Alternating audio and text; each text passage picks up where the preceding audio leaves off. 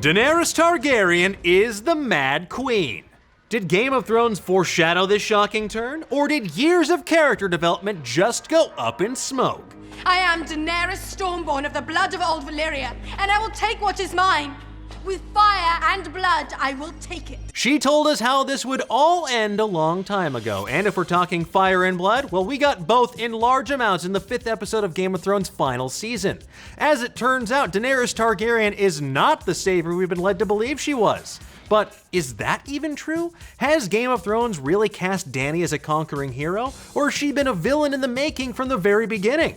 We've probably said too much already, but let's go ahead and pop a spoiler warning up there, because you know how this works. If you don't want to hear us discuss details from what might be the most hotly contested episode of Game of Thrones ever, now's the time to turn tail and abandon ship. Last warning, here we go. RIP to pretty much all of King's Landing. Cersei Lannister is apparently worse at siege planning than Jon Snow is at keeping secrets and also siege planning, which is saying a lot. The Scorpions of the Iron Fleet never stood a chance, and the Golden Company should have known that elephants provide way more protection than those pleated khakis.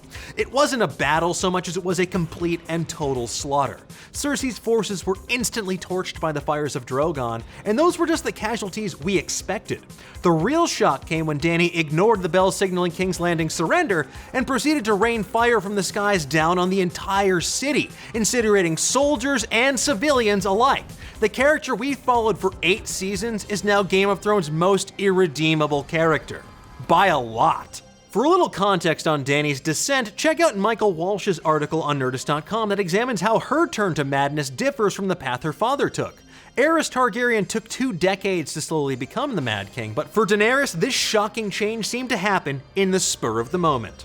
Already upset at her lack of love from the people of Westeros, and further convinced that Jon couldn't keep his lineage a secret, Dany chose what she thought was the only option to defeat Cersei: fear.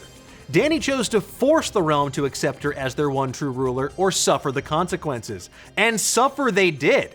When the bell rang, Daenerys burned the whole city anyway. Game of Thrones has given us good looks at Dany's dark and vengeful side at many points along her road to the Iron Throne. Dany has proven time and time again that if you cross her, she will kill you, and it won't be merciful.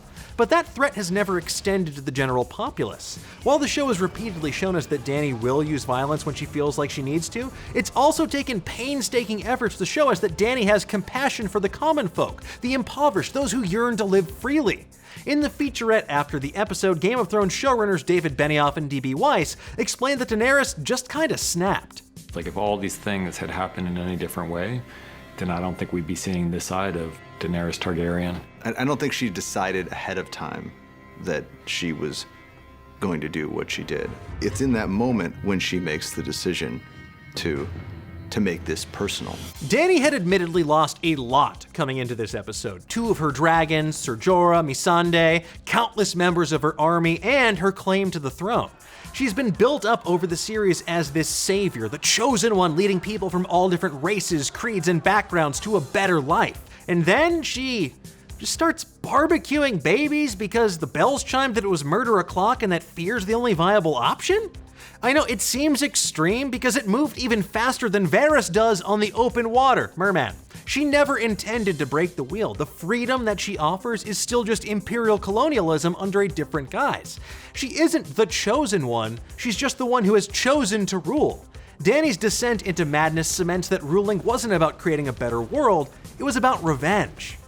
The real problem from our vantage point is that Game of Thrones traded in foreshadowing for actual character development in its final seasons. By sprinting to the finish line without giving proper time to develop this growing madness within Dany, the writers have honestly done her a tremendous disservice. If both seasons 7 and 8 of Game of Thrones had received a proper 10 episodes apiece, then maybe we could have avoided what felt like the biggest betrayal in TV history.